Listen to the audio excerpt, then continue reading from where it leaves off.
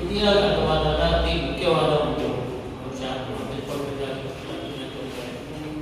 ಹೃದಯಾಘಾತವಾದ ಗಂಟೆಯಲ್ಲಿ ಒಂದು ವ್ಯಕ್ತಿ ಉತ್ತಮವಾದ ಚಿಕಿತ್ಸೆಗಳ ಒಂದು ಹೃದಯದ ಕೇಂದ್ರಕ್ಕೆ ಹೋದರೆ ಅವರ ಜೀವನ ಖಂಡಿತವಾಗಿ ಉಳಿಸ್ತಾರೆ.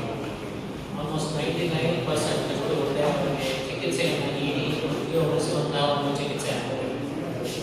ಈಗ ನಾವು ಸಮಾಜದಲ್ಲಿ ನೋಡ್ತಾ ಇರೋದ್ರಿಂದ ಹಾಗೆ ಹೆಚ್ಚು ಸಾವು ನೋವುಗಳು ಸಡನ್ ಕಾರ್ಡಿಯಕ್ ಡೆತ್ಸ್ ಇದ್ದಕ್ಕಿದ್ದಂತೆ ವ್ಯಕ್ತಿ ಮೃತಪಡುವಂಥದ್ದು ಹೆಚ್ಚಾಗಿದೆ.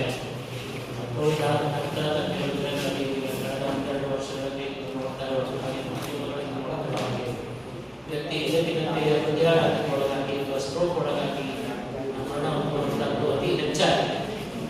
ಈ ಸಂದರ್ಭದಲ್ಲಿ ನಾವು ತಿಳ್ಕೋಬೇಕಾಗಿರೋದು ಏನಂತಂದ್ರೆ, ಒಂದು ವ್ಯಕ್ತಿಗೆ ಹೃದಯಾಘಾತ ಆದಾಗ ಒಂದು ಚಿಕಿತ್ಸೆಯನ್ನು ಪಡೆಯುವುದು ಆ ಗೋಲ್ಡನ್ ಅವರ್ ಪೀರಿಯಡ್ ಒಳಗಾದರೆ ಆ ವ್ಯಕ್ತಿಯ ಜೀವನ ಉಳಿಯುತ್ತೆ.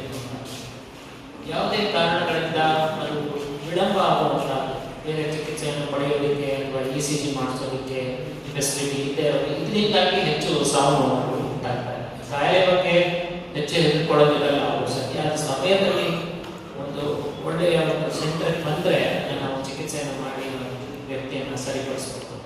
ಇದೊಂದು ಎಲ್ಲರಿಗೂ ಮನದಟ್ಟಾಗಬೇಕು, ಪಬ್ಲಿಕ್ಗೂ ಸಹ ಗೊತ್ತಾಗಬೇಕು. ಹೆಚ್ಚು ಸಾವು ನೋವುಗಳಾಗುವುದು ಆ ವಿಳಂಬದಿಂದ, ಆ ಸರಿಯಾದ ಸಮಯದಲ್ಲಿ ರೀಚ್ ಆಗಲ್ಲ, ಆ ಸಮಯೋಚಿತವಾದ ಒಂದು ಚಿಕಿತ್ಸೆ ಆಗದೇ ಇರೋದ್ರಿಂದ ಹೃದಯಾಘಾತಗೊಳಗಾದಂತಹ ವ್ಯಕ್ತಿಗಳು. ಸೊ ಇದನ್ನ ಎಲ್ಲರಿಗೂ ಒಂದು ಸ್ವಲ್ಪ ಮನದಟ್ಟು ಮಾಡಿ ಅರ್ಥವಾಗುವಂತೆ ಹೇಳಬೇಕು. ಅದು ಗೋಲ್ಡನ್ ಅವರ್ ಇಂಪಾರ್ಟೆನ್ಸ್. ಆ ಗೋಲ್ಡನ್ ಅವರ್ ಬಂದಂತಹ ಪೇಷಂಟ್ಸ್ ಅತ್ಯುತ್ತಮವಾಗಿ ಗುಣಮುಖರಾಗಿ ನಾರ್ಮಲ್ ಆಗಿ ಅವರ ಜೀವನ ಶೈಲಿಯನ್ನು ಮತ್ತೆ ಪಡೆದುಕೊಳ್ಳಬಹುದು. ಇದಲ್ಲದೆ ಎರಡನೇ ಮುಖ್ಯ ವಿಷಯ ನಾವು ಹೇಳಬೇಕಂದ್ರೆ, ಭಾರತದಲ್ಲಿ ಈ ಕಳೆದ ಒಂದು ದಶಕದಲ್ಲಿ ಹೃದಯ ಸಂಬಂಧಪಟ್ಟ ಕಾಯಿಲೆಗಳು ಅತಿ ಹೆಚ್ಚಾಗ್ತಾ ಇದೆ. ಹೃದಯಾಘಾತಗಳು ಹಾಗೂ ಸ್ಟ್ರೋಕ್ಗಳಲ್ಲಿ ತುಂಬಾ ಹೆಚ್ಚಾಗ್ತಾ ಇದೆ.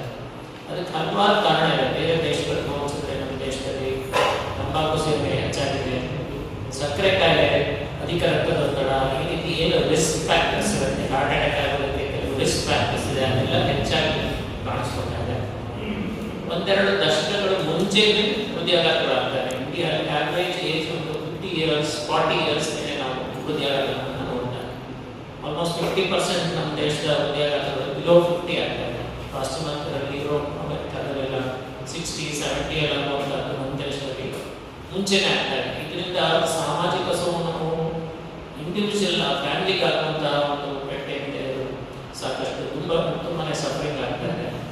ಎಲ್ಲರೂ ಮನದಟ್ಟು ಮಾಡ್ಕೊಳ್ಳುವಂಥದ್ದು ಏನಂತಂದ್ರೆ, ಈ ರಿಸ್ಕ್ ಫ್ಯಾಕ್ಟರ್ಸ್ನ ಕಂಟ್ರೋಲ್ ಮಾಡ್ಕೋಬೇಕು ಮತ್ತು ಕಾಯಿಲೆ ಆದಾಗ ಅದ್ರ ಬಗ್ಗೆ ಅರಿವು ಏನಿದೆ, ತಕ್ಷಣನೇ ಒಂದು ಚಿಕಿತ್ಸೆ ಮಾಡಿಸ್ಕೋಬೇಕು, ಅದರಿಂದ ಜೀವ ಉಳಿಯುತ್ತೆ ಅಂತ ಒಂದು ಸಾಮಾಜಿಕ ಅರಿವೇನಿದೆ